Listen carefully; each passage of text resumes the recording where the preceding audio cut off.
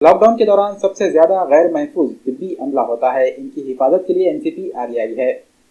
Lockdown में लाजमी खिदमात को अंजाम देने वाले मुलाजमीन की सेहत की हिफाजत के लिए एनसीपी के रुकने असम्बली रोहित पवार ने सैनिटाइजर फराहम किया है। इनकी इस पहल से जिला इंतजामिया को काफी आसानी हो गई है। रियासत में मुख्तलिफ मकामात पर सियासी और समाजी तंजीमों की जानिब से मुफ्त सैनिटाइजर्स दिए जा रहे हैं। इसी सिलसिले में शनिचर के रोज एनसीपी यूथ की जानिब से एसपी ऑफिस, जिला कलेक्टर ऑफिस और म्युनिसिपल कारपोरेशन दफ्तर में सैनिटाइजर तकसीम किया गया। कोरोना से बचने के लिए सैनिटाइजर का इस्तेमाल मौजूदा वक्त की अहम तरीन जरूरत है, लेकिन बाजार में इसकी शदीद खिल्लत महसूस की जा रही है। ऐसे माहौल में समाजी कारकुनान अपनी जिम्मेदारी का एहसास करते हुए इंतजामिया की मदद कर रहे हैं। इस मौके पर एनसीपी के यूथ सदर रऊफ जमींदार, माधव पाटिल, लखन सिंह लांगरी के अलावा दीगर जिम्मेदारान मौजूद थे।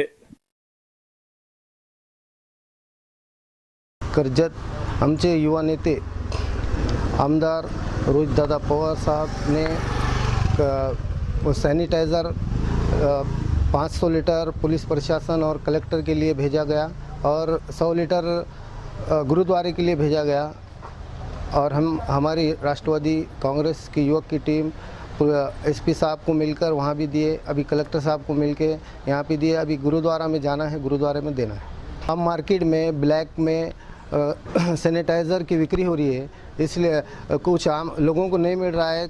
और कलेक्टर ऑफिस, एसपी ऑफिस, कर्मचारियों जो रात दिन, पुलिस डिपार्टमेंट के लोग रात दिन रोडों पे जो काम कर रहे हैं, अपने घर वालों को, घर बार को छोड़ के कर रहे हैं। और कर्मचारी जो तो 24 घंटे वो काम में लगे हुए हैं, उनके लिए सैनिटाइज़र की कमी हो रही थी। इसलिए हमारे नेता आदरणीय रोहित दादा पवार साहब ने पूरे महाराष्ट्र के अंदर सभी जगहों पे सैनिटाइज़र बांटने का काम शुरू किया है। और नांदेड़ शहर में आज हमने एसपी ऑफिस और कलेक्टर साहब और एसपी साहब को दिए हैं।